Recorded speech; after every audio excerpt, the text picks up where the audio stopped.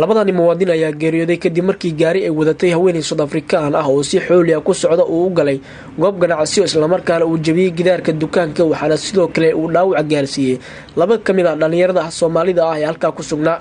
haweeneyda wadatay gaariga oo qudheeda halka ku dhimatay ayaa warar kala duwan oo ka soo baxaya sababaha keenay in gaariga ay halka la gasho ayadoo inta badan dadkan ay sheegeen in haweeneydani ay ka cararaysay koox burcad ah oo doonay inay gaariga ka qaataan isla markaana ay xakameynta gaariga lumisay taa oo sababtay inay gaariga uu galo goob ganacsi oo wadada dhinaceeda ku taalay labada ganacsade ee shilka ku geeriyooday ayaa waxa lagu kala magacaabi jiray Xuseen Saaqi iyo Nuur waxaana goobta u tageen inay dhameeyaan khilaafaad u dhaxeeyay ganacsatada wada laha goobta ee uu gaarigu jiray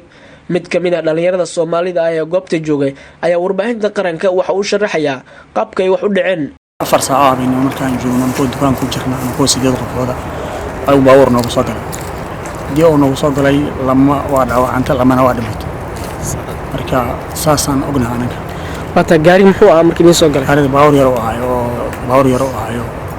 karoolo yar ah ciidamada booliiska oo goobta gaara ayaa waxay wadaan baaritaano ku aadan waxa dhaliyay in haweeneydani ay falkaasi sameeyso iyo sidii ay ku soo qaban lahaayeen hadii ay jirtay burcad xilliga eryaneysay haweeneyda madaxda jaaliyada iyo qaar kamid ah ganacsatada Soomaalida ee aas ka qayb galay ayaa tacsi u diray ehelada ay ka geeriyoodeen labadani muwaadin lillahi wa inna ilayhi raaji'uun waa geerin naxdin leh waxaan tacsi u direynaa dhammaan ummadda Soomaaliyeed iyo eheladii iyo qaraabadii ay ka geeriyoodeen walaalaheen Xuseen Saaqi iyo Nuur علينا الله ونحرسته بيستان لنا أنا وحكلنا هذا عن كشيء من مكانه وموت الفجع الله ونحرسته magacaygu yaa Maxamed Axmed waxaan halkan uga taxsiinayaa geeridii naxdinta lahayd ee ku timid walaalaheen Xuseen iyo Nuur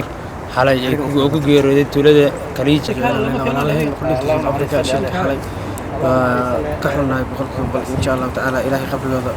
Allah u naxariistay labadani muwaadin ayaa waxa aas wada jira lagu sameeyay qabuuraha muslimiinta ee magaalada Cape Town ayadoona aaska ay ka qayb galeen Soomaali aad u fara badan oo ka naxay dhacdada kadiska ah ee haleeshay labadani ganacsade